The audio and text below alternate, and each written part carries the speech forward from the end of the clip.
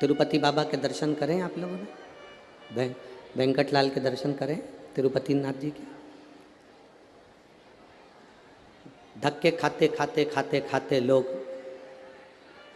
धर्म के धक्के में लगते हैं, चाहे पैसे की लाइन में लगते हैं, लगते लगते लोग वेंकटेश भगवान के सामने तिरुमाला में पहुंचते हैं। अब वेंकटेश भगवान के सामने जब पहुंचते हैं, इतना सोना, हीरा, रतन, आभूषण इतने रहते हैं, और पीछे से धक्का लगाने वाले ऐसे रहते हैं कि आपको धक्का लगा के बाहर निकाल देते हैं। जो पहली बार गया होता है उसको ठीक से दर्शन भी नहीं हो पाते। बोलो सही है कि गलत है? सही से दर्शन नहीं हो पाते। धक्का लगा, बाहर निकल गए। बाद में जाकर पछतावा हुआ कि मैं इतनी दूर आया, 1000 रुपये का टिकट करवाया, और 1000 का टिकट करवाने के बाद भी मुझे सही से दर्शन नहीं हुए, तो क्या मैं केवल होटल में सोने के लिए, खाने के लिए आया? जैसे वेंकटेश भगवान का, तिरुपति जी का, श्री जी बाबा नाथद्वारे वाले का, मेरे बिहारी जी का दर्शन करने के लिए गर्दी बहुत होती है। लोग बोलेंगे भी बहुत, चिल्लाएंगे भी बहुत, धक्का भी मारेंगे, पर उस बीच में आपको वेंकटेश भगवान के मुखाग्रविंद का दर्शन कर कर अपनी जिंदगी को सिद्ध करना होता है। उसी तरह 5वें दिन की कथा में अड़चने भी आएंगी, कुछ कुछ लोग आसपास में बैठकर बोलते भी रहेंगे, पर आपके दिल को आपको बाबा से लगाना पड़ेगा, आपके मन को बाबा से लगाना पड़ेगा। आपको एक बात मालूम है, व्रत करते हो ना, तो उस व्रत में गुस्सा कौन दिलाता है? उस व्रत में मुख से गाली कौन निकलवाता है? तुम्हारे व्रत को तोड़ने का प्रयास कौन करता है? तुम्हारे व्रत को खंडित करने का प्रयास कौन करता है? जिस देवता का तुम व्रत करते हो वही देवता आपके व्रत को पूरा नहीं होने देता। कारण, अगर व्रत पूरा हो गया तो देवता को प्रकट होना पड़ेगा, और प्रकट होकर उसको वर देना पड़ेगा। इसलिए देवता कहते हैं कि इसके व्रत में थोड़ी सी खलबली कर दो,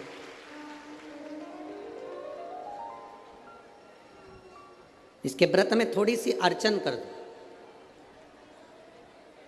अगर व्रत में थोड़ी सी अर्चन होगी तो इसका व्रत पूर्ण नहीं होगा, पूर्ण नहीं होगा तो मुझे जाना नहीं पड़ेगा। मेरे बाबा का ये पावन शिव महापुराण की कथा कहती है कि 5वें दिन की जो कथा होती है या 7वें दिन की जो कथा होती है, जो दिल से सुनने वाले होते हैं, बाबा को उनके घर जाना ही पड़ता है और कल्याण करना ही पड़ता है। अब ये तो हृदय लगाने वाले के ऊपर है कि जो दिल लगाकर सुना है, मन से, स्नेह से, भाव से श्रवण किया, उसको मिला।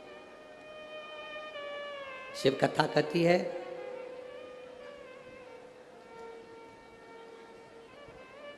शिव जी को पाने के लिए, मेरे बाबा को अपना बनाने के लिए, भगवान शंकर को प्राप्त करने के लिए तुम्हें बहुत सारा तप नहीं करना, तुम्हें बहुत सारी साधना नहीं करना। कोई तुमसे कह दे कि तुम कैलाश पर जाकर बैठ जाओ बाबा को प्राप्त करने के लिए, गंगा जी के घाट पर जाकर बैठ जाओ बाबा को प्राप्त करने के लिए, तो तुम हाथ जोड़कर कह देना, ना मैं कैलाश जाऊं, ना मैं गंगा के घाट जाऊं। शिव महापुराण की कथा कहती है संत बनना सरल है, साधु बनना सरल है, तपस्वी बनना सरल है, त्यागी बनना सरल है, पर शिव महापुराण की कथा कहती है कि एक अच्छा गृहस्थी बनना सबसे ज़्यादा कठिन है, सबसे ज़्यादा कठिन। जितना संतों को भगवान नहीं मिले, जितना साधुओं को भगवान नहीं मिले, जितना तपस्वियों को भगवान नहीं मिले, जितना त्यागियों को भगवान नहीं मिले, उतना उतना भगवान गृहस्थी को मिला है। रामकृष्ण परमहंस जी गृहस्थी थे, संत तुकाराम जी गृहस्थी, मीराबाई, नामदेव जी, तुकाराम जी, मुक्ताबाई, ये जितने जितने संत हुए हैं, जितने जितने संत, भारत की भूमि पर आप स्मरण करिए, जितने साधु, जितने सन्यासी, जितने तपस्वी, जितने साधक, जितने उपासक, इनको परमात्मा को मिलने में देरी हो गई, पर जो घर में रहकर भगवान को दिल से मना लिया, मेरा मुरली मनोहर, मेरा शंकर, मेरा कृष्ण, मेरा हरि विठ्ठल, उसके सामने आ गया। संत तुकाराम जी की धर्म पत्नी कितना क्लेश करती थी, फिर भी शिव जी की, ठाकुर जी की भक्ति तुकाराम जी करते थे। नामदेव जी को कितना कितना कहा गया तो भी नामदेव जी भगवान की भक्ति करते थे। किसी ने तुकाराम जी से कहा, तुम्हारी पत्नी इतनी गुस्सा करने वाली मिली, इतना अपशब्द बोलने वाली मिली, आपको दुख नहीं होता? आपकी पत्नी इतना क्रोध करने वाली मिली, आपको दुख नहीं होता? संत तुकाराम जी ने कहा, इसमें दुख करने की बात नहीं, इसमें प्रसन्न होने की बात है कि कम से कम मेरी पत्नी गाली देती है, अपशब्द कहती है, ताना देती है, तो मेरा मन पत्नी से हटकर परमात्मा में चला जाता है। इससे बढ़कर सौभाग्य और क्या हो सकता है? इससे बढ़कर सुख और क्या हो सकता है? शिव महापुराण की कथा कहती है, जब कोई ताना देता है, जब कोई अपशब्द कहता है, जब कोई गाली देता है, जब कोई आड़े टेढ़े शब्दों से संबोधित करता है, जब कोई हमको अपशब्द कहता है, गाली देता है, ताने देता है, उस समय पर हमारा दिल, हमारा हृदय, हमारा चित्त, हमारा मन उधर से हटकर परमात्मा की ओर चला जाता है, भगवान को प्राप्त करने की ओर चला जाता है। और कभी कभी जिंदगी में ऐसा भी समय आता है कि व्यक्ति अपने चक्कर में, अपने परिवार के सुख के लिए, अपने सुख के लिए, पत्नी, बच्चे, कुटुंब, परिवार के सुख के लिए, माता पिता, भाई बहन के सुख के लिए अपनी जिंदगी को भी नष्ट कर देता। एक कथा आती है शिव महापुराण के अंदर संजीवनी मंत्र की।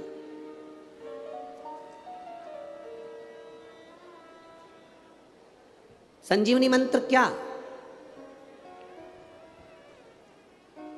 किसी के कान में अगर बोल दिया जाए तो वो मरता हुआ भी, मरा हुआ भी जीवित हो सकता है। वो संजीवनी मंत्र महादेव के पास में है। वो किसी देवता के पास में नहीं, केवल एक देवाधिदेव महादेव के पास वो मंत्र है कि महादेव मरे हुए के कान में भी मंत्र बोल दें तो वो जीवित हो जाता है। आज भी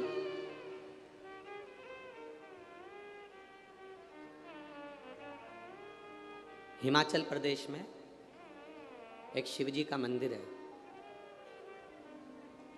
कभी, अब उसका स्मरण, हमें नाम तो हमें स्मरण में नहीं आ रहा है, पर अगर आप लोग नेट पे सर्च करेंगे तो वो आ सकता है। उसका वर्णन स्कंद पुराण में भी है, लिंग महापुराण में भी उसका वर्णन आता है। उसका वर्णन आता है लिंग पुराण के अंदर, उसका वर्णन आता है स्कंद पुराण के अंदर।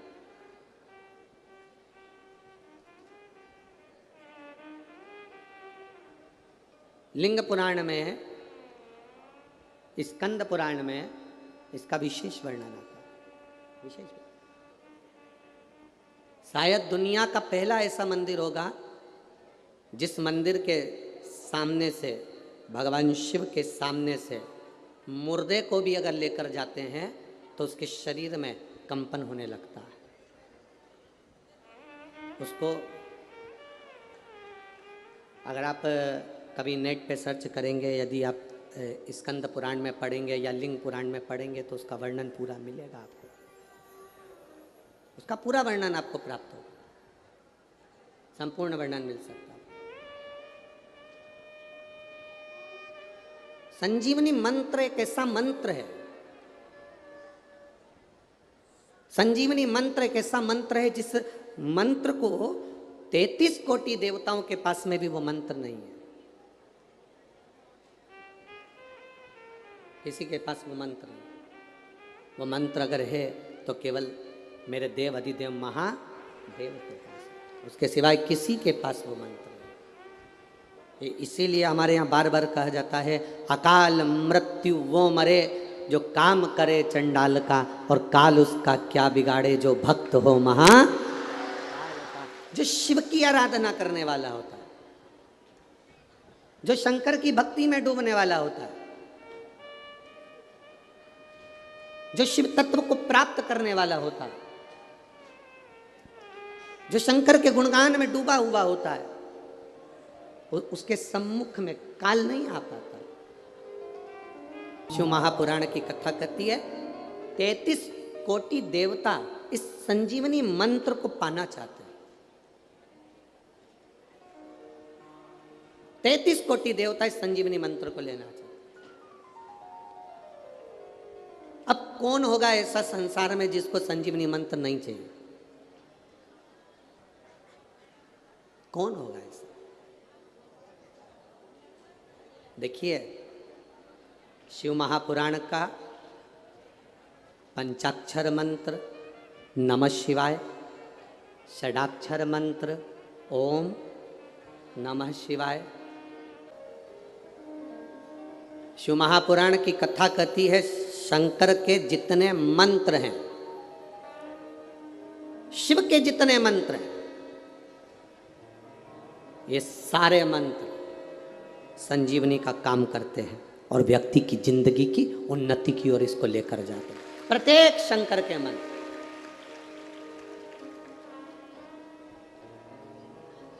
शिव का एक भी मंत्र कमजोर नहीं है, शंकर का एक भी मंत्र खाली नहीं जाता।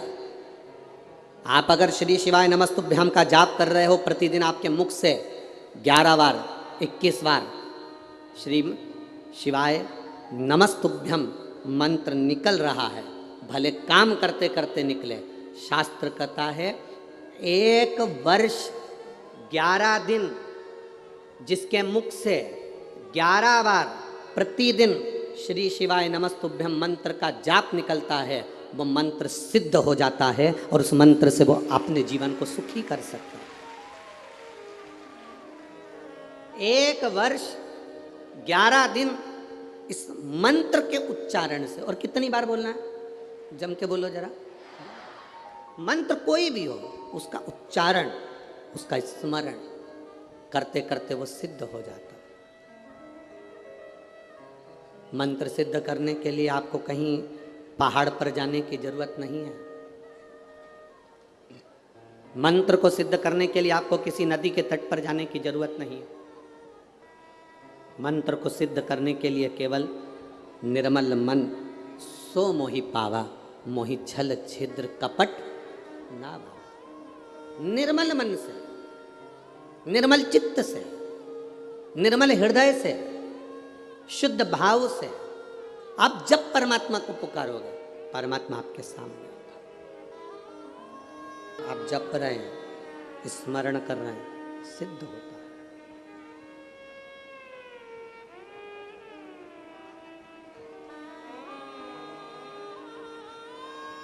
एक कथा के पंडाल में 5 लाख लोग आते हैं कथा सुनने के।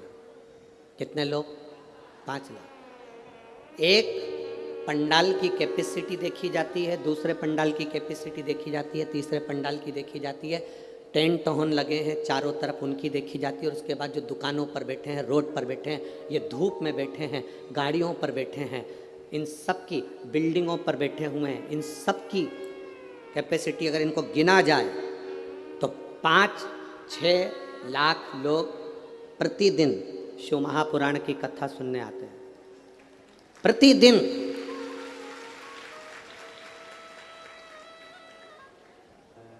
6 लाख लोग अगर कथा सुनने के लिए शंकर की आ रहे हैं, 2 बार बीच में भजन होता है और 2 बार श्री शिवाय नमस्तुभ्यम को 5 बार बोला जाता है। बोलो सही है? अब 1 बार भजन होने के बाद जब हम स्तुति करते हैं, 5 बार श्री शिवाय नमस्तुभ्यम बोलते हैं, 6 लाख लोग एक साथ 5 बार अगर मंत्र बोलेंगे तो कितना हो गया? 30 लाख। 2 बार बोल लिया 60 लाख। फिर बीच में कहीं श्री शिवाय नमस्तुभ्यम 1-2 बार मुख से निकल गया, ऐसा 1 से 1.25 करोड़ बार एक कथा में श्री शिवाय नमस्तुभ्यम निकलता है। शरीर में 3.5 करोड़ रोम हैं हमारे, ये पूरे शरीर में 15 दिन में, 20 दिन में, 1 महीने में, 5 दिन में, 7 दिन में, 8 दिन में अगर 3.5 करोड़ बार भगवान का नाम मुख से निकल जाता है, या हम जहाँ बैठते हैं उस स्थान पर 3.5 करोड़ बार भगवान के नाम का उच्चारण हो जाता है, तो भगवान को वहाँ बैठे हुए जीव का कल्याण करना ही पड़ता है।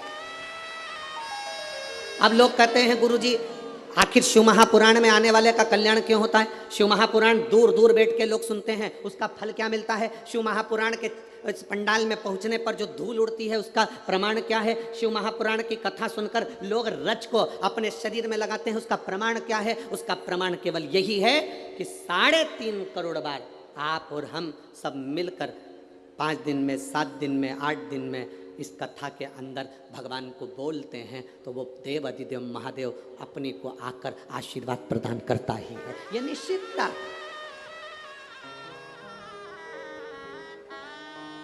क्या मिलता है शिव पुराण में जाने से, ये आपको मालूम पड़ेगा आज जब कथा सुन। और इसमें कई लोग ऐसे बैठे होंगे जिनको 5 दिन में भी मालूम पड़ा होगा कि क्या दिया महादेव ने, क्या प्रदान करा महादेव ने।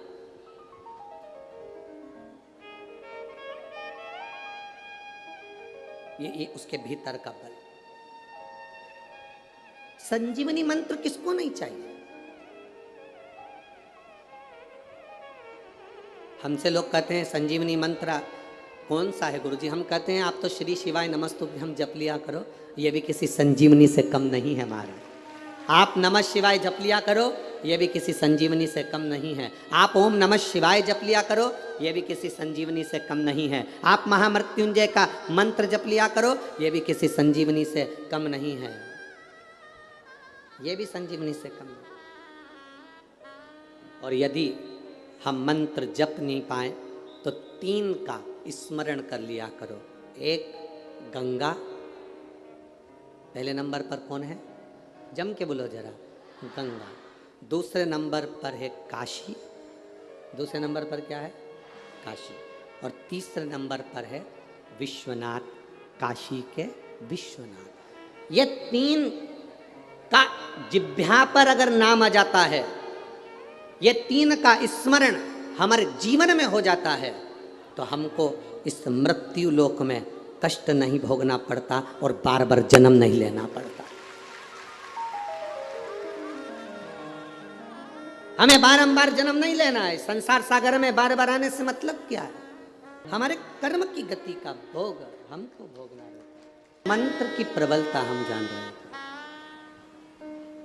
3.5 करोड़ रोम छिद्र इस मनुष्य की देह पर, 21,600 श्वास प्रतिदिन हमारे शरीर से निकलती है। कितनी श्वासें निकल रही हैं? जम के बोलो। 3 करोड़ रोम छिद्र या मानव की देह पर हैं।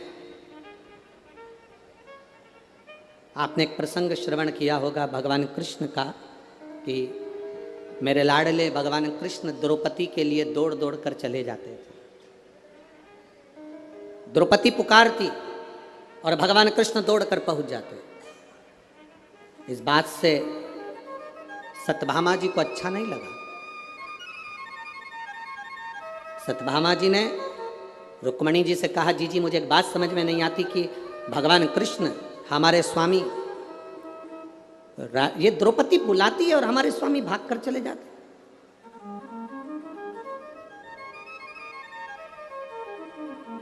द्रौपदी पुकारती और भगवान कृष्ण दौड़कर चले जाते। हमको यह बात समझ में नहीं आई। रुक्मणी जी ने कहा, मैं भी नहीं जानती कि भगवान कृष्ण द्रौपदी के कहने पर आखिर दौड़ दौड़ कर जाते क्यों, पर कोई बात तो जरूर है, जो हमारा कान्हा, हमारा कन्हैया कृष्ण दौड़ कर जाते। भगवान कृष्ण ने सत्यभामा जी के मन के संशय को जान लिया। गुरु परमात्मा एक ऐसा होता है, माता पिता एक ऐसे होते हैं जो मन के संशय को जानते हैं। छोटा सा बच्चा 2-3 महीने का अगर रो रहा है, माँ भले पढ़ी लिखी नहीं है, माँ बहुत सारा अध्ययन नहीं करी है, पर छोटा सा बच्चा क्यों रो रहा है? छोटे से बच्चे को तकलीफ क्या है? छोटे से बच्चे को कष्ट क्या है? छोटे से बच्चे को तकलीफ क्या हो रही है?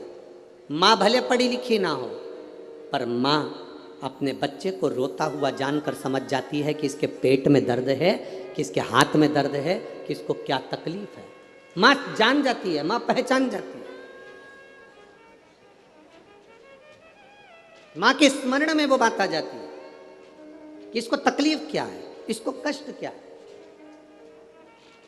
इसको दुख क्या है। माता, पिता, गुरु ये जानते हैं कि इनको तकलीफ क्या है।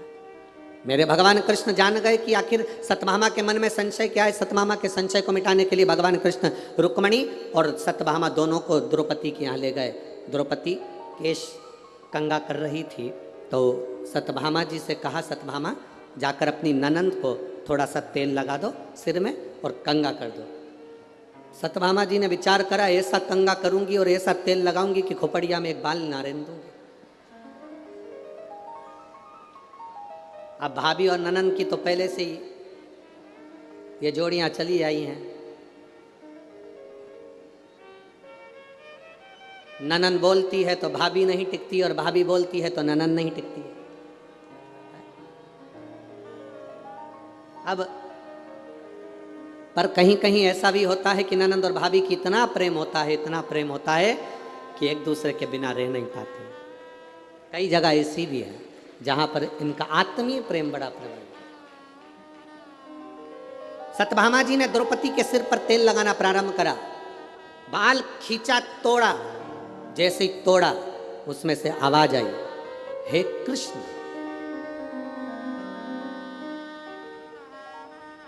फिर बाल खींचा, फिर उसमें से आवाज आई, हे कृष्ण। सत्यभामा जी ने रुक्मणी जी से पूछा कि बार बार द्रौपदी के सिर के बाल टूटने पर कृष्ण का नाम क्यों आ रहा है? रुक्मणी जी बोली, मुझे नहीं मालूम। इतने में भगवान कृष्ण आ गए और कन्हैया ने आकर कहा, री सत्यभामा, तुम कहती हो कि मैं दौड़ दौड़ के द्रौपदी के घर क्यों आता हूं? पूरी दुनिया में केवल एक द्रौपदी ऐसी है जो 3.5 करोड़ बार एक दिन में मुझे पुकार लेती है, इसलिए उसकी एक एक रोम में से मेरा नाम निकलता है। मेरे एक एक रोम में से मेरे नाम का उच्चारण होता है। 3.5 करोड़ बार द्रौपदी मुझे बुलाती है एक दिन में। इसलिए भगवान कृष्ण कहते हैं, सुनो सत्यभामा, सुनो रुक्मणी, जो एक दिन में, एक हफ्ते में, एक महीने में 3.5 करोड़ बार मेरे नाम को पुकारता है या किसी भी देव के नाम को पुकारता है, उस देवता को उसे वर देने के लिए जाना ही पड़ता है। निश्चित है, निश्चित। आपके नजदीक में अगर शिव महापुराण की कथा हो रही है, आप जा रहे हो, जप रहे हो, उसका फल है। जपो। संजीवनी मंत्र किसको नहीं चाहिए? सबको। 33 कोटि देवता भी हैं तो उनको संजीवनी मंत्र चाहिए, असुर हैं तो उनको भी संजीवनी मंत्र चाहिए। कोई किसी को मरना नहीं चाहता, सबको जीवित रहना है, सबको जिंदा रहना है उस संजीवनी मंत्र के बल पर। और वो संजीवनी मंत्र किसी के पास है ही नहीं। 33 कोटि देवताओं के पास नहीं है, असुरों के पास नहीं है, राक्षसों के पास नहीं है। वो संजीवनी मंत्र केवल एक के पास में है और वो देव अधिदेव महादेव, केवल उन्हीं के पास, बाकी के किसी के पास नहीं।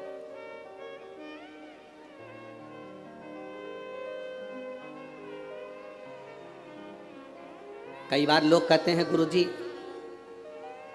शिव महापुराण क्या है? पीछे पड़ गए उस संजीवनी मंत्र को पाने के लिए।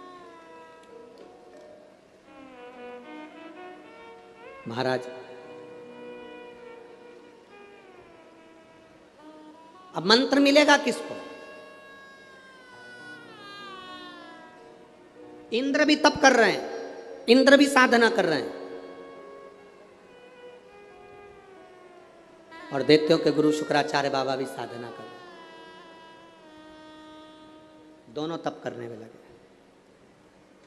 एक राजा तप करने बैठता है तो उसको पूरा ठाठ चाहिए।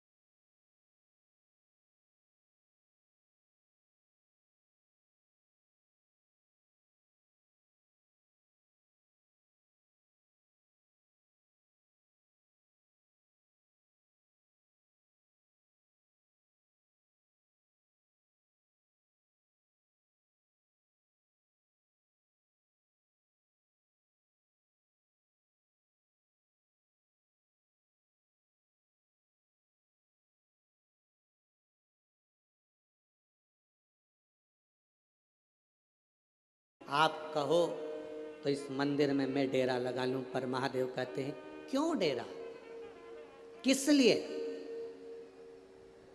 एक राजा भी तप साधना कर रहा है, इंद्र संजीवनी मंत्र को पाने के लिए। एक असुरों के गुरु शुक्राचार्य जी भी तब साधना कर रहे हैं संजीवनी मंत्र पाने के लिए। राजा सोचता है राक्षसों के गुरु हैं, इनको क्या संजीवनी मंत्र मिलेगा।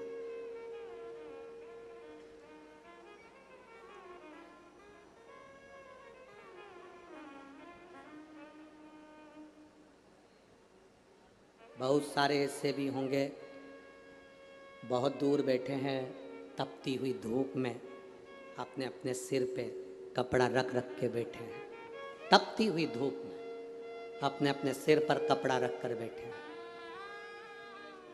और बहुत सारे ऐसे होंगे, नागपुर में कथा हुई, अपने पास में हुई, तो भी बहुत ट्रैफिक जाम हो जाता है, बहुत ट्रैफिक जाम हो जाता है, बहुत भीड़ हो जाती है। निकलने में 5 बजे कथा छूटती है तो हम रात्रि को 7-8 बजे घर पहुंचते हैं, इतना समय लग जाता है। पर अंदाजा लगाना, ये समय तूने किसी दूसरे को नहीं दिया, ये समय सारा की सारा महादेव को दिया। महादेव, जब व्यक्ति वेंटिलेटर पर पड़ा होता है, आईसीयू में पड़ा होता है, उस समय पर मरने वाले के लिए कोई नहीं कहता भगवान इसको 1 करोड़ रुपए दे दो, भगवान इसको 1 लाख रुपए दे दो। जो भी कहता है भगवान से कामना करता है थोड़ी इसकी उम्र बढ़ा दो भगवान, थोड़ा सा समय और दे दो भगवान, थोड़ा सा समय और दे दो भगवान, थोड़ा सा समय और दे दो। बच्चे छोटे हैं, बच्चों के ब्याह नहीं हुए, काम धंधा पड़ा है, भगवान थोड़ा सा। डॉक्टर कह रहा है अंतिम समय आ गया, घर के लोग भगवान से करे इसका समय बढ़ा दो। मरने वाले को धन के लिए नहीं कहा जाता, उसके समय बढ़ाने को कहा जाता है। तो महादेव भी कह देते सुन यमराज, इसने मेरी कथा में समय दिया था, जितने कदम चलकर मेरी कथा में पहुंची थी, जितने ट्रैफिक में फंसकर समय समय निकलता गया, 4 घंटे 3 घंटे ये फंसी रही मेरे लिए, इसलिए इसको भी तू समय उतना दे दे जो समय इसने मुझे दिया था। बड़ा इसका समय। मर गया, प्राण छूट गए, वेंटिलेटर पर सांस भी जा रही है, उसके बाद वापिस आकर डॉक्टर कह देता है ना जाने क्या हो गया, इसके फेफड़ों ने काम करना चालू कर दिया, इसकी किडनी लीवर ने काम करना चालू कर दिया, इसको संतान हो सकती है। ये फल है। कहां काम आता है तुम्हारा दिया गया समय, कहां काम आएगा ये तुम्हें मालूम पड़ेगा। इस व्यासपीठ ने देखा है, नागपुर वालों ने देखा कि नहीं देखा हमको नहीं मालूम, पर इस व्यासपीठ ने देखा है।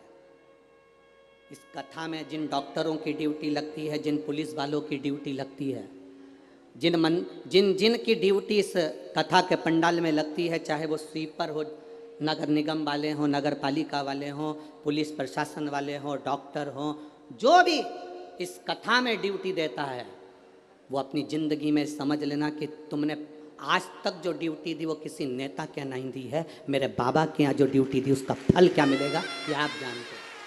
जिस जिस जगह पर कथा कर कर आते हैं और जिन जिन पुलिस वालों की वहाँ वहाँ ड्यूटी लगी होती है, उनसे एक बार फोन लगाकर जरूर पूछना कि तूने 5 दिन ड्यूटी दी थी, कभी रात को कभी दिन में दी थी, तुझे शिव महापुराण में ड्यूटी देने का फल क्या मिला है।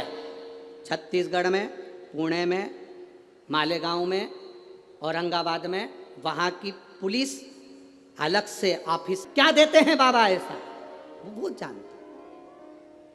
कोई अपने घर से नहीं छूट पाया, कोई अपने दरवाजे से नहीं छूट पाया, कोई आसन बिछाकर 5 दिन तक पड़ा रहा कथा को सुनने के लिए, कोई 2 बजे कथा चालू होना थी तो डेंटिंग पेंटिंग करके आराम से 2 सवा 2 बजे आ रहे और आकर दबाव बना रहे, हमें जान दो अंदर, जान दो अंदर, जान दो अंदर।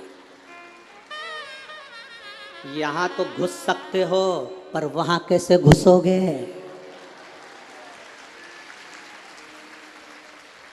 यहां तो घुस सकते हो, वहां कैसे घुसोगे। यहां तो कह सकते हो तुम हमें पहचानते नहीं हो, तुम हमें नहीं जानते, हम उनके रिश्तेदार हैं, हम उनके ये हैं, हम उनके वो हैं। वहां पर जाएगा तो कोई संबंध काम नहीं आएगा, केवल मुख से जपा हुआ श्री शिवाय नमस्तुभ्यम काम आएगा, कोई काम नहीं आता। तुम हमें जानते नहीं हो, लगाऊं फोन। ये फोन लगाते हैं तो इनके पहचान वाले आ जाते हैं, तुम एक बार मुख से नमः शिवाय बोलते हो तो वो डमरूधर आ जाता है। अंतर इतना ही है। किसका साथ? वो शिव है, वो दूर नहीं, हमारे करीब में है, वो हमारी श्वासों में रमण करता है। शिव को क्या कहा गया? श्वास शिव है। श्वास चल रही है, समझ लेना तुम्हारा शरीर है, शिव है। शिव शरीर के अंदर है, श्वास के रूप में है। श्वास निकल गई, शरीर में से श्वास गई, शरीर नहीं बचता, शव बन जाता है। शिव निकला तो शरीर नहीं रहा, शव बन गया, वो शव है, फिर वो शरीर नहीं है, वो शव। उस शरीर की मूलता खत्म हो गई। फिर राजा इंद्र ने सोचा कि शुक्राचार्य असुरों के गुरु हैं, राक्षसों के गुरु हैं, इनको संजीवनी मंत्र मिलेगा, इनको नहीं मिल सकता, मुझे मिलेगा संजीवनी मंत्र। और इंद्र लग गए तप साधना में, इंद्र लग गए तप साधना में। यहां पर दो तरह के लोग बैठे हैं। एक भगवान को रोज भोग लगाते हैं तो कुछ ना कुछ पकवान, लड्डू, पेड़ा, फल, फ्रूट, मिठाई जो उनके घर में होती है वो लगाते हैं। यहाँ ऐसे भी लोग बैठे हैं, रसोई घर में जाते हैं, थोड़ी सी खड़ी शक्कर निकाल कर, थोड़ी सी शक्कर निकाल कर ले आते हैं, भगवान के सामने रख देते हैं। नहीं है उसके घर में 56 भोग, नहीं है उसके घर में लड्डू पेड़ा, नहीं है उसके पास में कुछ भी। अंदर गई रसोई घर में, चाय की पत्ती के डब्बे में शक्कर का डब्बा रखा था, चीनी का डब्बा, उसमें से थोड़ी सी निकाल के भगवान को भोग लगा दिया। बाबा संघर्ष की जिंदगी चल रही, इतनी कमाई नहीं बाबा कि मैं तेरी आराधना अच्छे से कर सकूं। पर बाबा शिव महापुराण में सुना है, बाबा तुझे कुछ भी ठीक नहीं लगता। सारे 33 कोटि देवी देवता को 56 भोग लगते हैं, पर मेरे महादेव को आज तक 56 भोग नहीं लगते। क्यों? महादेव खुद कहते हैं मैं मंदिर के अंदर बैठकर 56 भोग खाऊं और संसार में रहने वाला व्यक्ति भूखा सोए, ये मुझे अच्छा नहीं लगता। 33 कोटि देवता में केवल एक देवाधिदेव महादेव जिनको 56 भोग नहीं लगते। गणेश जी को 56 भोग लगेंगे, देवी जी को 56 भोग लगेंगे, महालक्ष्मी को 56 भोग लगेंगे, नारायण को 56 भोग लगेंगे, कृष्ण को, राम को, सबको 56 भोग लगेंगे, पर मेरे महादेव को 56 भोग नहीं लगते, मेरे बाबा को 56 भोग नहीं लगते। बाबा कहते हैं मैं पृथ्वी का देवता हूं, ठंडी रखी हो तो मुझे ला कर दे दे, मैं दाल से खा लूंगी। बेटा देखो फ्रिज में कुछ ठंडा चावल रखा हो तो मुझे, तो बहू कहती मम्मी गरम खा लो ना, ना ना मुझे ठंडी ला दे, मुझे ठंडी अच्छी लगती है। नहीं बासी अच्छी लगती है, हाँ ठंडी अच्छी लगती है। हाँ किसी माँ को ठंडी रोटी अच्छी नहीं लगती, किसी माँ को बासी रोटी अच्छी नहीं लगती, पर वो इसलिए खाती है कि मेरे घर के लोगों को खाना ना पड़ जाए, कहीं ये रोटी को उठाकर गाय को ना डालियाँ, इसलिए मैं खा लेती हूँ। मेरे महादेव घर के वो बुजुर्ग हैं, इस पृथ्वी पर रहते हैं ना, तो यहाँ का देव अधिदेव महादेव है, वो 56 भोग खाएगा। और पृथ्वी पर रहने वाला कोई ये गरीबड़ा अगर रूखी रोटी खाएगा तो महादेव को अच्छा नहीं लगेगा, इसलिए वो 56 भोग नहीं खाता। 56 भोग नहीं खाता मेरा महादेव, खिलाने की सामर्थ्यता रखता है 56 भोग, खिलाने का बल रखता है 56 भोग। मेरा महादेव कुछ नहीं, एक बेलपत्र, एक धतूरा, बहुत।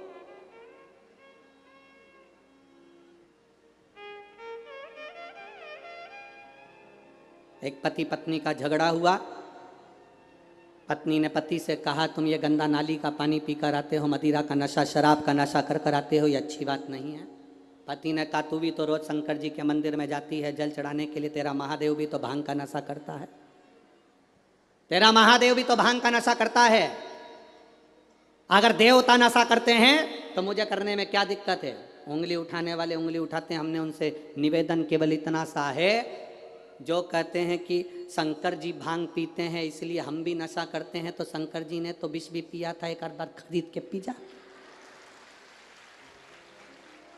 पीना, शंकर जी की होड़ करने चला है तो एक सांप कहीं से निकल जाए इसके गले में डाल दो। शंकर जी की होड़ करने चला है, कपड़े उतार, नंगा निकल, शंकर जी की होड़ करने चला है तो जटा बांध ले, सिर पे चंद्रमा धर ले। चंद्रमा नहीं धरे तो तेरे घर की पानी की बाल्टी को 24 घंटे तेरे सिर पे रखे बता दे।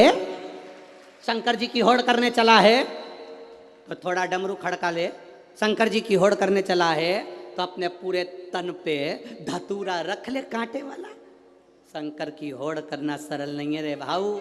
लोग कह देते हैं शिव ऐसे शिव ऐसे। शंकर को जो पहचान गया वो दूसरी बार ये कह ही नहीं सकता कि शंकर में कुछ खोट है। शंकर अविरलता, आनंदता, शिव तत्व की सुखता है। शंकर वो देता है, लेता कुछ नहीं। शंकर मेरे शिव हमेशा देते हैं, कभी उन्होंने लिया नहीं तुमसे। तुमसे कुछ लिया, दिया। जल महादेव का, तुमने महादेव को चढ़ाया। जल में पैसा लगा तुम्हारा? बोलो बोलो, जम के बोलो। बेलपत्र पेड़ पे लग रही थी, तोड़ के चढ़ा दी, पैसा लगा तुम्हारा? शंकर जी को जो चीज चढ़ती है वो सब फ्री।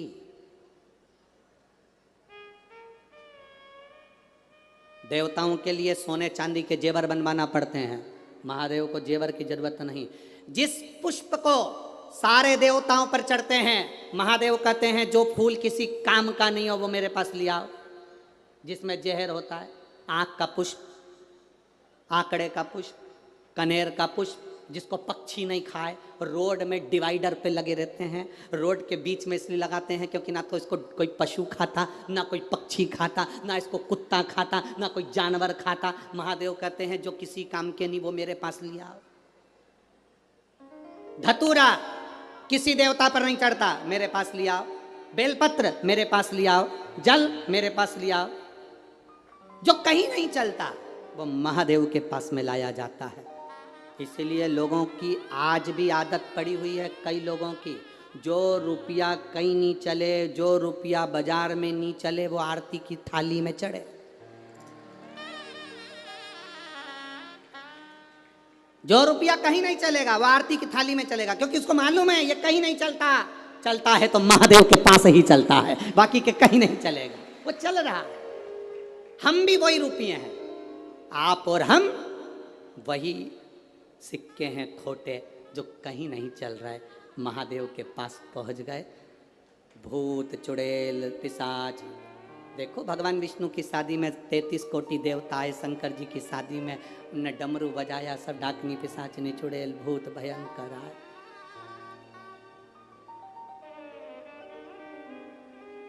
नागपुर में वृद्धाश्रम हो, जन के तो बोलो, अनाथालय है।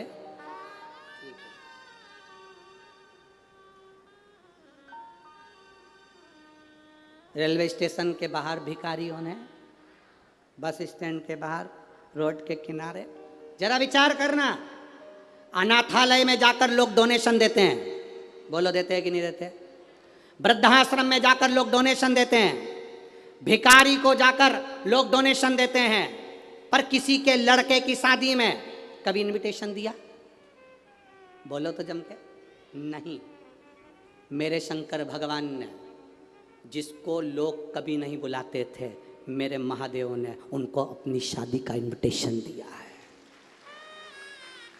मेरे शंकर भगवान ने भूत, चुड़ैल, डाकनी, पिशाचनी, जो कंगाल थे, भयंकर बुरे, जिनको कोई नहीं पूछता, उसको मेरे महादेव ने अपने पास बुलाया, इनविटेशन देकर मेरी शादी में आना। देवता कहने लगे वीआईपी शादी है, किसको बुला लिया? शंकर जी कहते हैं जो वीआईपी है वो निकलो बाहर, निकलो यहाँ से बाहर। यहाँ वीआईपी नहीं चलता। शंकर जी की कथा में कभी वीआईपी बनकर मत जाना।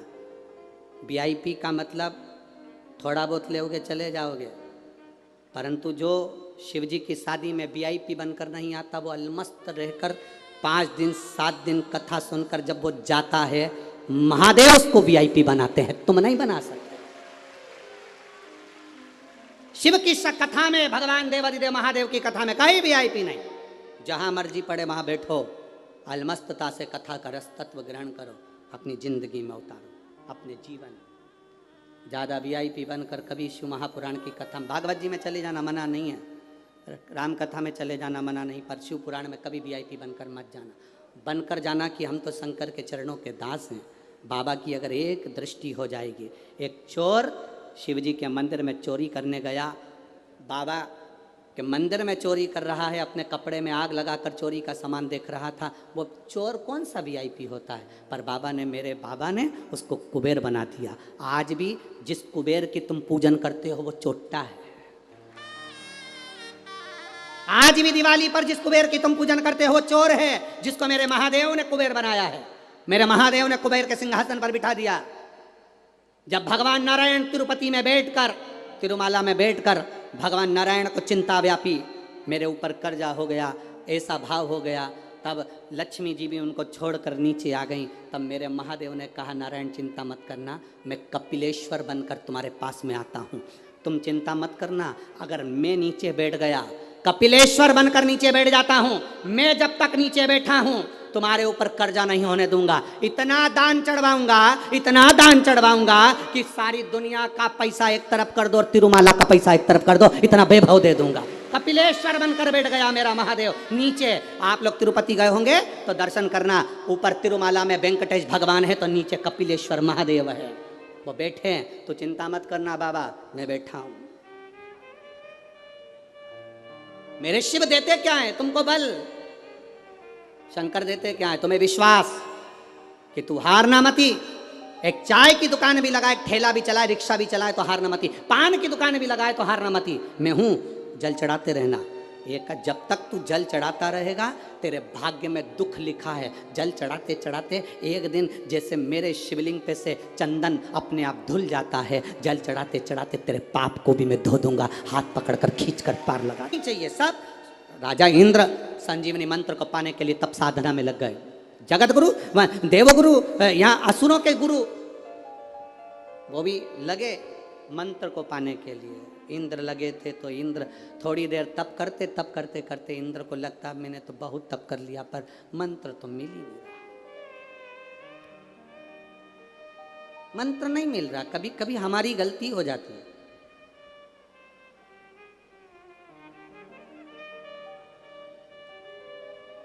आधार कार्ड बनवाया सभी ने?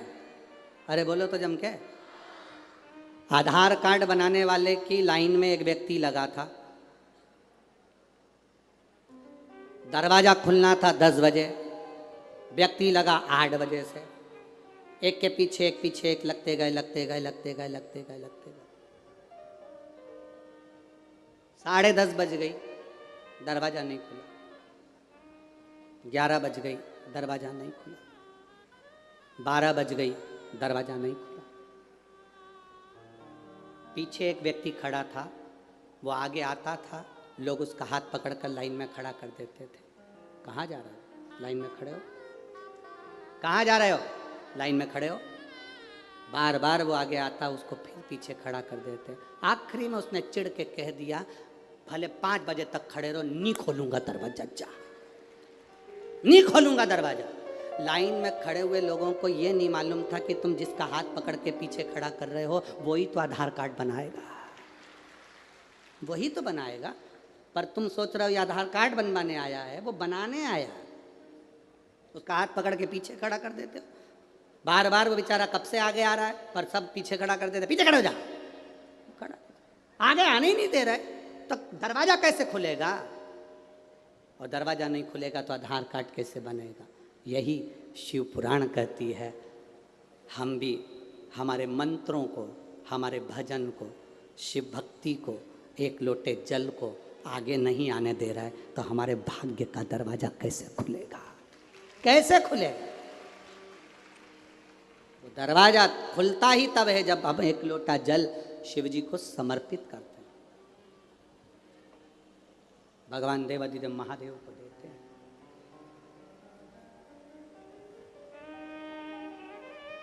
संसार के लोगों से जो प्रीत रखी है, ये प्रीत काम की नहीं है। प्रीत होना चाहिए, ये स्नेह है, ये प्रीत होना चाहिए। किसी की कलेक्टर से पहचान होती है तो वो कितना अकड़ता है। अरे बोलो तो समझ के। तुम जानते हो कलेक्टर हमारे बीआई हैं, हमारे समधी हैं।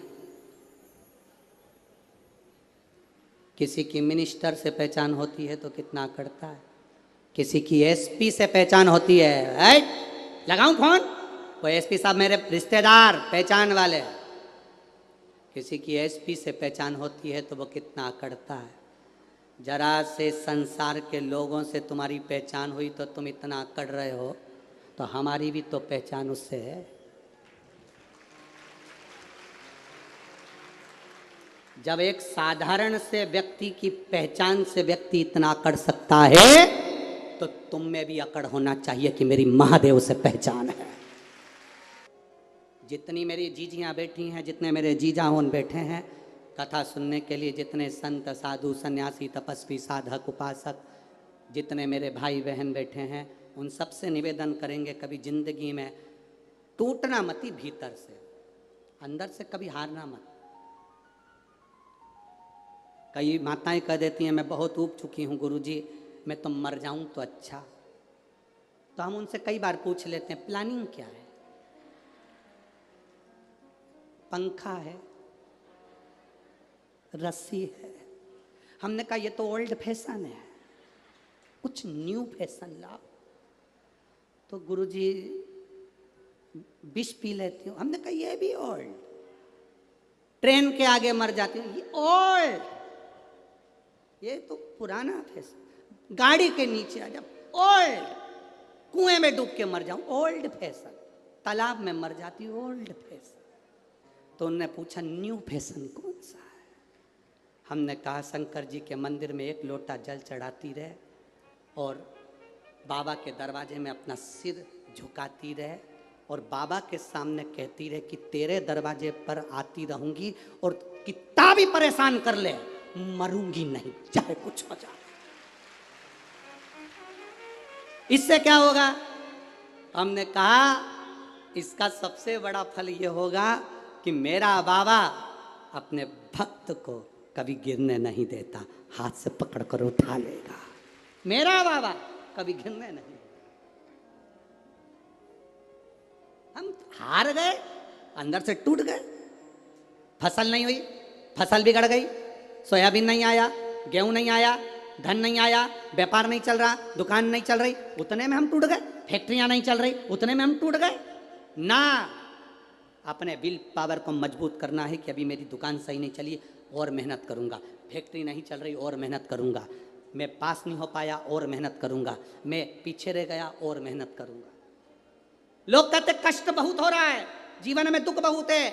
हम कहते रेस के घोड़े को देखो, उसको नहीं मालूम कि मैं रेस में खड़ा हूं। उसका मालिक उस घोड़े पर बैठ कर चाबुक मारता है, उसको पिन चुभाता है, घोड़े को कष्ट होता है, घोड़ा भागता है। वो इसलिए नहीं भाग रहा कि रेस में खड़ा है, वो इसलिए भाग रहा है कि उसको कष्ट हो रहा है। उसका मालिक उसे कष्ट देता है, घोड़ा भागता है तो रेस जीत जाता है। हमारा मालिक हमको कष्ट देता है, इसलिए देता है कि तुम्हें भी जिताना चाहता है। हमारा मालिक भी हमको कष्ट दे रहा है, दुख दे रहा, तकलीफ दे रहा, हमारे ऊपर बार बार कष्ट आ रहा है। समझ लेना रेस के घोड़े हो तुम, तुम्हें जिताने की तैयारी कर रहा है। थोड़ा कष्ट आएगा, तकलीफ आएगी, दुख आएगा, उसमें तुम्हें हारना नहीं, दौड़ना है। मैं और अच्छा करूंगा, और अच्छा करूंगा, और अच्छा करूंगा। हारना नहीं है। इंद्र ने सोच लिया अब भगवान प्रसन्न नहीं हो रहा, मुझे संजीवनी मंत्र नहीं मिल रहा। 3 महीना चढ़ा के देख लिया, हमारा काम नहीं हो रहा, मंदिर में जाना छोड़ दिया। एक निवेदन, एक गुरु ने 2 चेलों से कहा जाओ मुझे पानी पीना है, कुएं खोदो, पानी लेकर आ। एक चेला एक कुआं खोदता जा रहा है, दूसरा चेला यहाँ 15 फीट खोद दिया, 10 फीट खोद दिया, 20 फीट खोद दिया, 25 फीट खोद दिया, 50 फीट खोद दिया, पानी नहीं मिला। दूसरा एक ही कुएं को खोदे जा रहा, खोदे जा रहा, खोदे जा रहा, खोदे जा रहा, आखिरी में पानी निकल गया। हम उसके जैसे हैं, 15 फीट खोद दिया, यहाँ से काम नहीं हुआ वहाँ चले गए, वहाँ से काम नहीं हुआ वहाँ चले गए, 15-15 फीट का गड्ढा खोदते गए, कहीं से काम नहीं बना, आखिरी में रोने बैठ गए, भगवान तो हमारी सुन ही नहीं रहा। उसको देखो बाजू वाले को, एक कुआं खोदे जा रहा, खोदे जा रहा, खोदे जा रहा, चढ़ाते जाओ जल, चढ़ाते जाओ जल। 1 महीना नहीं सुनेगा, 2 महीना नहीं सुनेगा, 3 महीना नहीं सुनेगा, 5 महीना नहीं सुनेगा, 6 महीना नहीं सुनेगा, जाते रहो उसके दरवाजे पर, आवाज लगाते रहो उसके दरवाजे पर। सुनेगा जरूर।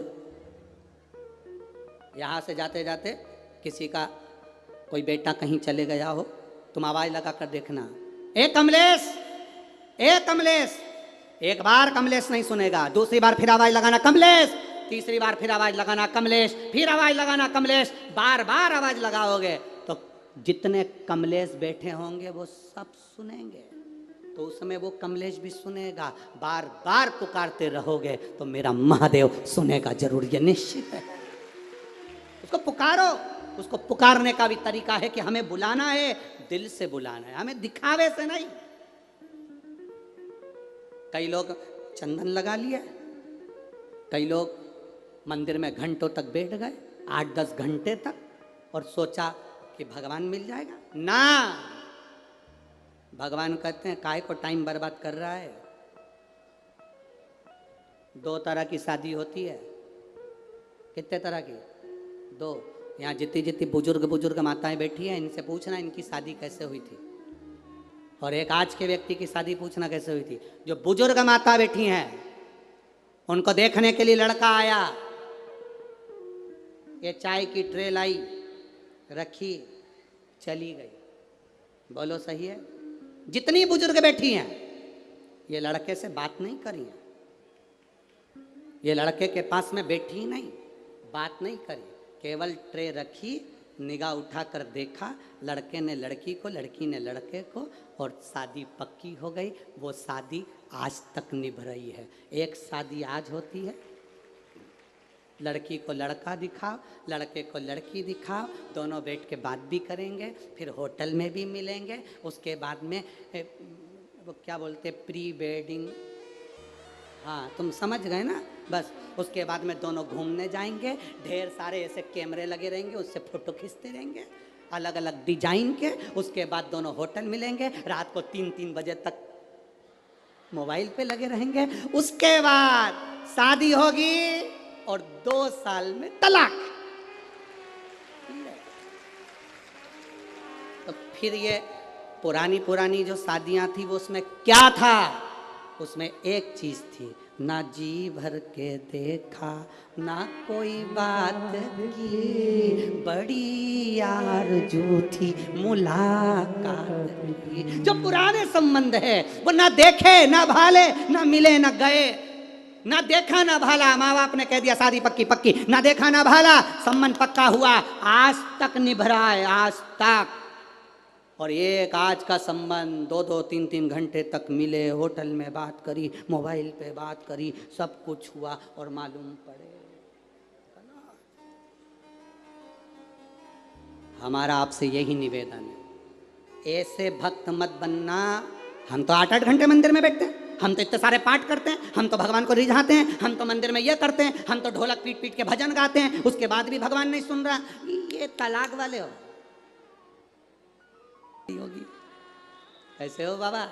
और दिल से शिवलिंग का स्पर्श कर कर, हाथ लगाकर, भाव से, आनंद से कहता हुआ जाता है, बाबा जितनी खुशी तेरे हृदय में है उतनी खुशी मेरे इस पल्लू में दे देना। और चला गया, चला, देखा ही नहीं, मिला ही, देखा ही।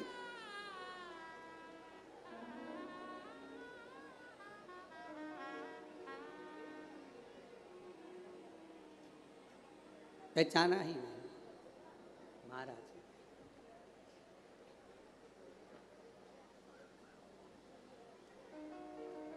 और शिव तत्व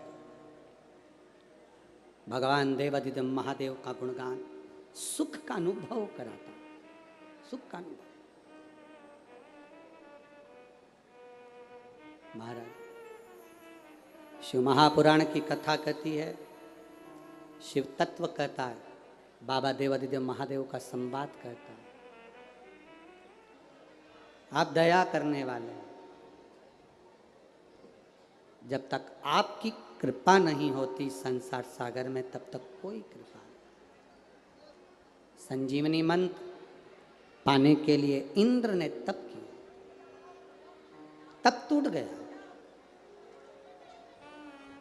साधना टूट गई, तब साधना समाप्त हो गई। इतनी सरलता से इंद्र संजीवनी मंत्र प्राप्त नहीं कर सकते, इतनी सरलता से।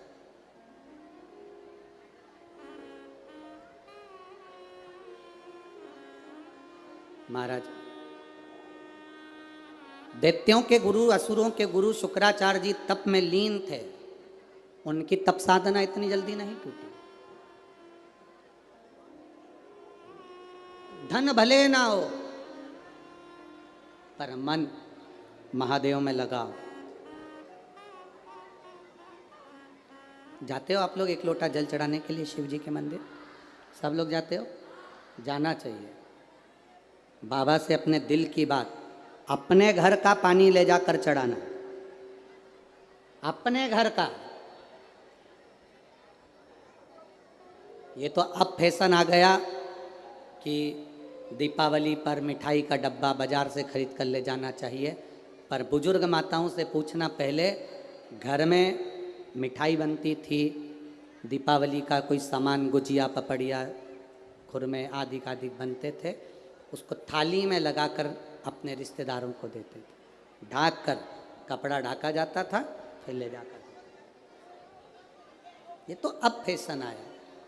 अब लोगों को लगा कि बाजार से मिठाई खरीद लो, दिया। त्योहारों को भी पैसे से तोल दिया गया। त्योहार पैसे से कभी नहीं तुलना चाहिए। त्योहार को भी पैसे से तोल दिया लोगों ने। कोई मिठाई का डब्बा देकर जाता है तो हमें भी उसके घर में ड्राई फ्रूट्स देना ही पड़ता है। बोलो सही है कि गलत है? कोई अगर मिठाई का डब्बा देकर गया तो आप ड्राई फ्रूट्स दे रहे हो, कोई ड्राई फ्रूट देकर गया है तो काजू कतली दे रहे हो, काजू कतली देकर गया तो मैसूर पाक दे रहे हो। मिठाई, पैसा, बड़े गिफ्ट आइटम, इससे हमने त्योहारों को तोल दिया। पर त्यौहार धन से ना तोलिए। जब दिवाली आए, होली आए, रक्षाबंधन आए, त्यौहार को धन से दूर रखकर मन से जोड़ने का प्रयास करिए। त्योहारों को मन से, जो त्योहार धन से तोले जाते हैं, जो रिश्ते धन से तोले जाते हैं, वो रिश्ते बहुत लंबे चलते नहीं, बहुत लंबे नहीं चलते।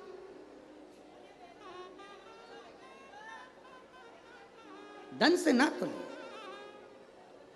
इंद्र ने भगवान की साधना को, इंद्र ने परमात्मा की तप साधना को धन से तोल लिया। अरे मैं इंद्र,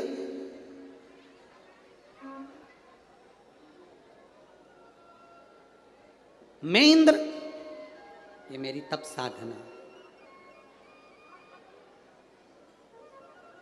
इंद्र को संजीवनी मंत्र नहीं मिला। दैत्यों के गुरु शुक्राचार्य जी तप साधना में लगे थे, उठ नहीं पाए। तप साधना में जब उठ नहीं पाए तो उनको लग गया इंद्र को कि इसको संजीवनी मंत्र मिल सकता है, क्योंकि ये तप साधना में लगा हुआ,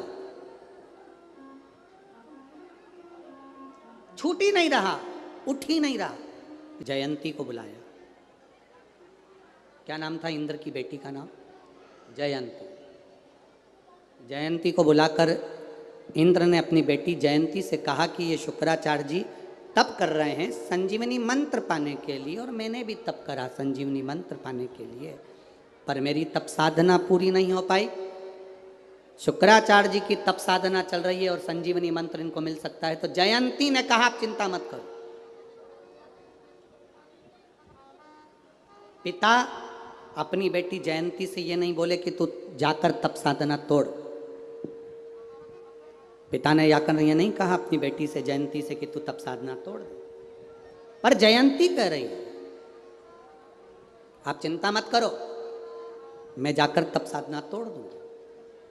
कभी कभी ऐसा होता है कि कोई कहता ही नहीं तुमसे कि तुम ये करो, फिर भी तुम किसी के सामने अपनी सत्ता दिखाने के लिए, अपना वैभव दिखाने के लिए कर्म करते हो। किसी एक को प्रसन्न करने के लिए किसी चार को दुखी कर देते हो, तो वो प्रसन्नता किसी काम की नहीं होती, उस प्रसन्नता का कोई सुख नहीं। कहोगे गुरुजी ये कथा कहीं है? महाभारत में अश्वत्थामा की कथा। महाभारत में अश्वत्थामा से नहीं कहा कि पांडवों के 5 पुत्र सो रहे हैं उनको मार दे। दुर्योधन ने एक बार भी नहीं कहा अश्वत्थामा से कि इन 5 पुत्रों को मार दे। पांडवों के 5 पुत्र जब मरे थे तो सबसे ज्यादा दुर्योधन रोया था। कारण, दुर्योधन के रोने का कारण केवल इतना सा था, दुर्योधन कहता है कि हम मर जाएंगे, हमारे भाई मर जाएंगे, कम से कम पांडवों के पुत्र जीवित रहते तो हमारा तर्पण, तिलांजलि, पिंडदान तो कर देते। अब तूने उन्हीं को मार दिया, उन्हीं को।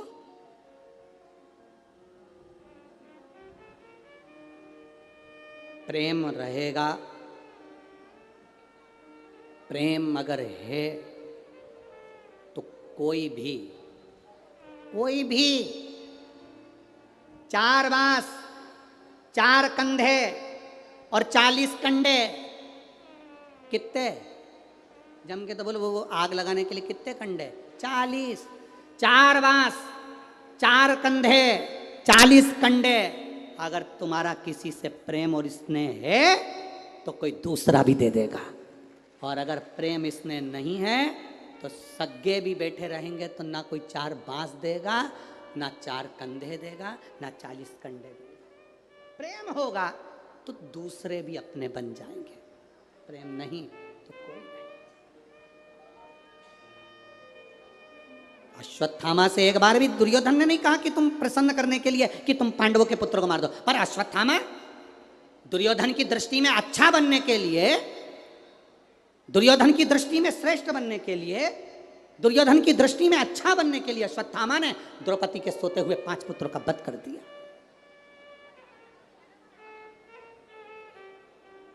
किसी एक को प्रसन्न करने के लिए तुम क्या कर रहे हो? किसी एक को प्रसन्न करने के लिए तुम किसको क्या कह रहे हो? किसी एक को प्रसन्न करने के लिए तुम क्या बोल दिए? एक को प्रसन्न करने के लिए दुर्योधन, अश्वत्थामा ने द्रौपदी के 5 पुत्रों का वध कर दिया केवल उस दुर्योधन को प्रसन्न करने के लिए, केवल एक दुर्योधन को प्रसन्न करने के लिए। और ना वो दुर्योधन रहेगा ना उसका कुल रहेगा जिसको प्रसन्न करने के लिए इतना कुछ कर। क्या मतलब?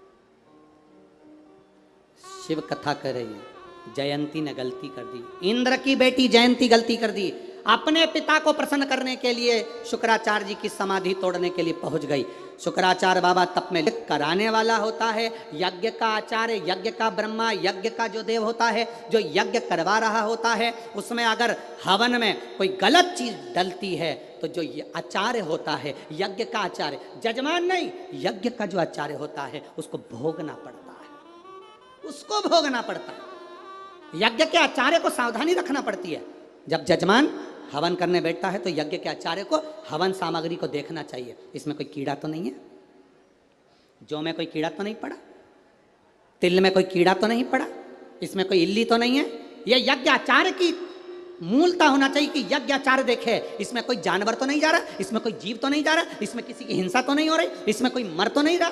ये यज्ञ आचार्य की उसको देखना पड़ता है, ये उसकी जवाबदारी। पर आज के समय में तुम चाहे कुछ भी मिलाओ, मंत्र बोलने वाले मंत्र बोलें और तुम डाल, ना ना ना, यज्ञाचार्य को उस समय पर भोगना पड़ता। यज्ञाचार्य की दिक्कत। शुक्राचार्य बाबा यज्ञ कर रहे थे, जयंती ने मिर्ची डाल दी, मिर्ची डाली तो यज्ञाचार्य शुक्राचार्य बाबा के शरीर में चारों तरफ घाव घाव उत्पन्न हो गए, पूरा शरीर बेकार, पूरा शरीर।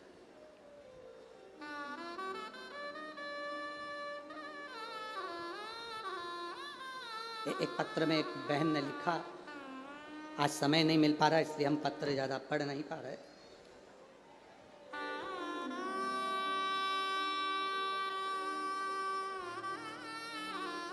मेरा नाम रोहिणी अवथे, नागपुर विनोबा भावे नगर से हूँ।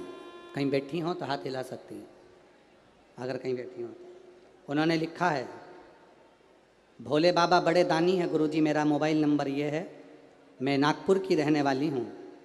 मेरे पति के पति ने कभी नहीं बोला कि मेरे शरीर में कोई कष्ट है। एक बार उनके चेहरे पर हाथ का स्पर्श हो गया, एकदम वो चिढ़ गए, चीख दिए। मैंने पूछा तुम्हें कोई तकलीफ है? नहीं बोले। दूसरी बार उन्होंने खाना पीना बंद कर दिया, भोजन नहीं कर पाते, पानी नहीं पी पाते। तब मैंने डॉक्टर को दिखाने का बोला, वो मुझ पर चिढ़े। फिर भी मैंने उनको कहा कि अपन नागपुर के ही अच्छे डॉक्टर को दिखा देते। दिखाया, मालूम पड़ा कि उनके मुख में गठान हो गई, जबड़े के पास में गठान हो गई। डॉक्टर को दिखाया, डॉक्टर ने कहा, जांच कर कर बोल दिया कि ये कैंसर की गठान है, इसका ऑपरेशन होगा, कीमो होंगे, ऑपरेशन में जबड़ा बाहर निकालना पड़ेगा, काटना पड़ेगा। घबरा गई गुरुदेव, क्या करते? टीवी पर आपकी कथा सुनती थी, पहले कथा सुनी, एक दो बार मंदिर गई, फिर घर में इतनी व्यस्त हो गई, पति दिन भर चिड़चिड़ करे सो तो करूं क्या, मंदिर जाना छोड़ दिया। बाबा के मंदिर जाना मैंने छोड़ा, अब मैं करूं क्या? डॉक्टर ने बड़ी बीमारी बता दी, उसका ऑपरेशन जल्दी करना पड़ेगा। डॉक्टर कहते हैं ऑपरेशन के लिए, मन नहीं माना, हम दूसरी जगह दिखाने गए तो वहां पर भी यही बताया। दवा खाना चेंज कर दिया, दिखाया तो डॉक्टर ने कहा कि यही करना पड़ेगा। अब मन नहीं माना, पहले तो बाबा का दरबार छोड़ा, अब सोचा पति इतना चिड़चिड़ भी करे तो करने दो, पर शिव जी का दरवाज़ा नहीं छोड़ूंगी, मैं मंदिर जाना फिर चालू करूंगी। मंदिर जाने लगी, बाबा को जल चढ़ाने लगी। गुरुदेव, पति अपशब्द कहते पर फिर भी मैं मंदिर जाना नहीं छोड़ी। मैंने बाबा से कह दिया, बाबा तू सब संभाल लेगा, मेरा विश्वास करता। पशुपतिनाथ का व्रत करा, पशुपतिनाथ का व्रत कर कर तब तीसरे हॉस्पिटल में दिखाया तो डॉक्टर बोले ऑपरेशन की ज़रूरत नहीं पड़ेगी, आपको जबड़ा काटने की ज़रूरत नहीं पड़ेगी, केवल अपन इस पे कीमो डालकर देखते हैं। एक कीमो करवाया, पति तिल बिला गए, मुख में से पानी पीना बंद हो गया। मैंने विचार करा, ऐसी कैसी नरक की ज़िंदगी की तड़फे पति।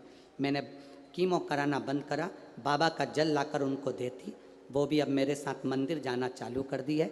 बाबा का जल देती, वो पीते, चेहरे पर लगाते। गुरुदेव, डॉक्टर को जब अगली जांच कराई तो डॉक्टर ने कहा अब इनको ना कीमो की ज़रूरत है, ना ऑपरेशन की ज़रूरत है, इनका कैंसर खत्म हो गया। शिव तत्व है वो, घड़ी शंभु है, उसकी कृपा, उसकी उदारता, उसकी दया सहज नहीं है।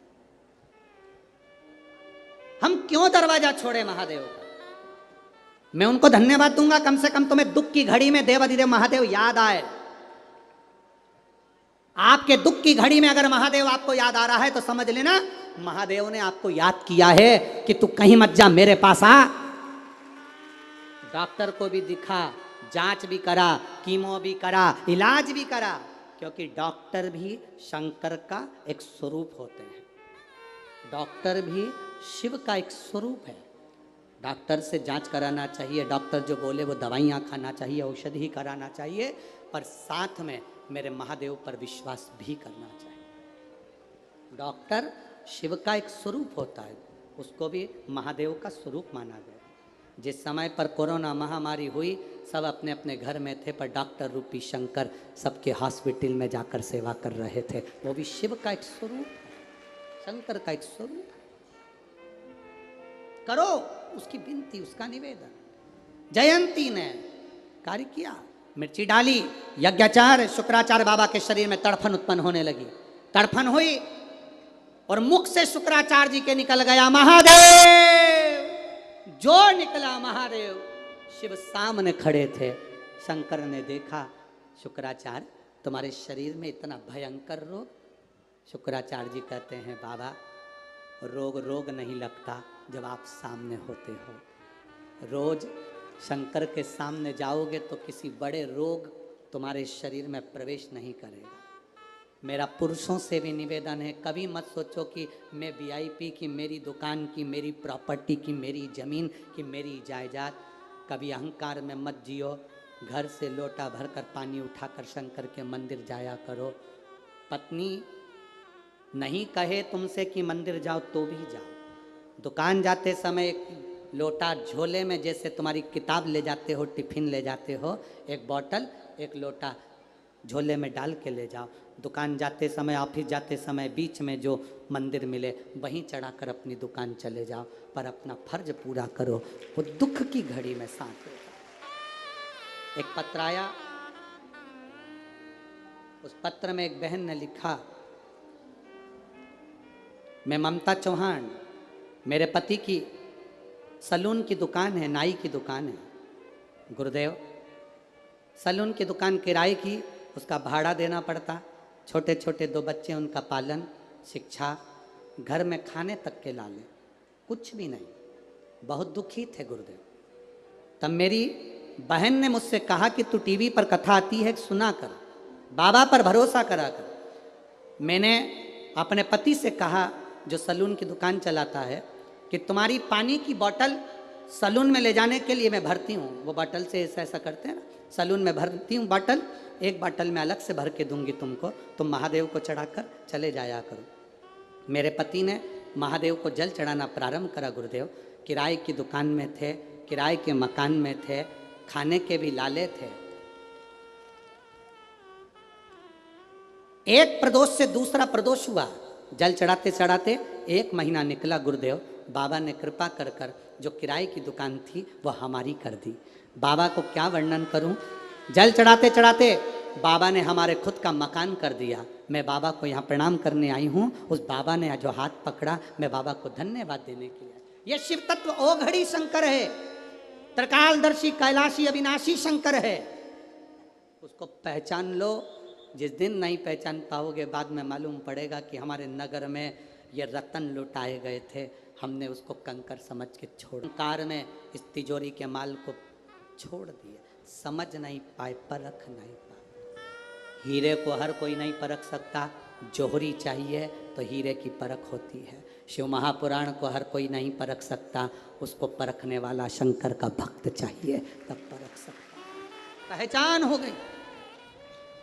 शिव जी ने आकर जयंती से कहा, जयंती, शुक्राचार्य जी के शरीर में रोग हो रहा है, तुम इसको शांत करो। जयंती कहती, मैंने मिर्ची डाली, मैंने गलती कर दी, मैंने क्षमा करती, मैं माफी मांगती हूँ। शिव जी कहते हैं, ऐसे क्षमा नहीं होगी, जाओ अखंड जाप करो। अखंड जाप जयंती ने करा। देवादिदेव महादेव की कृपा से शुक्राचार्य जी का शरीर ठीक हुआ। शंकर जी ने कहा, मांगो क्या चाहिए? संजीवनी मंत्र दे दो। संजीवनी मंत्र? हाँ। क्या करोगे? बस आप कृपा करो, किसी को मरने नहीं दूंगा, कहीं ना कहीं अच्छी जगह पर इस मंत्र का प्रयोग करूंगा। देवता देवादिदेव महादेव ने शुक्राचार्य जी को संजीवनी मंत्र दे दिया। शुक्राचार्य संजीवनी मंत्र को धारण कर लिए। असुर मरते, शुक्राचार्य जी जीवित कर देते। देवता घबराने लगे कि ये तो बड़ा गड़बड़ काम हो गया, अब तो असुर मरते ही नहीं है, उनके कानों में मंत्र जाता है, जिंदा हो जाता है। ऐसा बड़ा क्रम चलता रहा। देवता बड़े परेशान रहे, बड़े दुखी रहे। वो मंत्र शुक्राचार्य जी को मिला। लोग पूछे, तुमसे संजीवनी मंत्र कौन सा है? आप कह देना, नमः शिवाय, ओम नमः शिवाय, श्री शिवाय नमस्तुभ्यम। ये वो मंत्र है, महामृत्युंजय मंत्र, संजीवनी वो मंत्र है जिसको हम जप सकते हैं। सुंदर प्रसंगों का स्मरण करा। 12 ज्योतिर्लिंग की कथा का वर्णन आता है। सुंदर सोमनाथ जी का वर्णन किया गया। चंद्र की काया के रोग से मुक्त किया गया। मल्लिकार्जुन बाबा षडानंद कार्तिक के रुष्ट होकर गए, उनको मनाया गया। महाकालेश्वर दूषण नाम के राक्षस के संहार के लिए शिव प्रकट हुए। ओमकारेश्वर विंध्य नामक पर्वत तप कर कर शिव जी को पाया। केदारेश्वर नर नारायण ने तप कर कर भगवान को पाया। फिर आया है भीमा शंकर। कुंभकर्ण के बेटे भीम को मारा शिव जी ने, तो भीमा शंकर कहलाए। फिर आया विश्वनाथ, मनु शत्रुपा ने तप कर कर भगवान शंकर को पाया। त्र्यंबकेश्वर, गौतम बाबा पर गौ हत्या का दोष लगा, शिव जी की आराधना कर कर मुक्त हुए। अगला वर्णन आया वैद्यनाथ। रावण शिव जी को ले जाते भूमि पर रखा, शिव जी वैद्यनाथ जी के रूप में विराजमान हुए। नागेश्वर, दारुक नाम के राक्षस का संहार शिव जी ने करा, नागेश्वर के रूप में विराजमान हुए। रामेश्वरम, राम जी ने शिव जी की स्थापना करी, रामेश्वरम के रूप में स्थापित हुए। कृष्णेश्वर, सुधर्म नाम के ब्राह्मण की पत्नी घूष्मा के बेटे को सुदेहा ने मार दिया था, उसको बाबा ने जीवित करा, कृष्णेश्वर नाम पड़ गया। तुमरुका जी चंचुला देवी को पावन शिव महापुराण की कथा श्रवण कराते हैं। चंचुला का पति बिंदु प्रेत योनि से मुक्त हो जाते हैं। मित्र मंडली द्वारा विराम की ओर जा रही है। भाव भक्ति से आप लोगों ने जिस भाव से इस कथा को सुना। बाबा आपके हृदय की मनोकामना पूर्ण करे।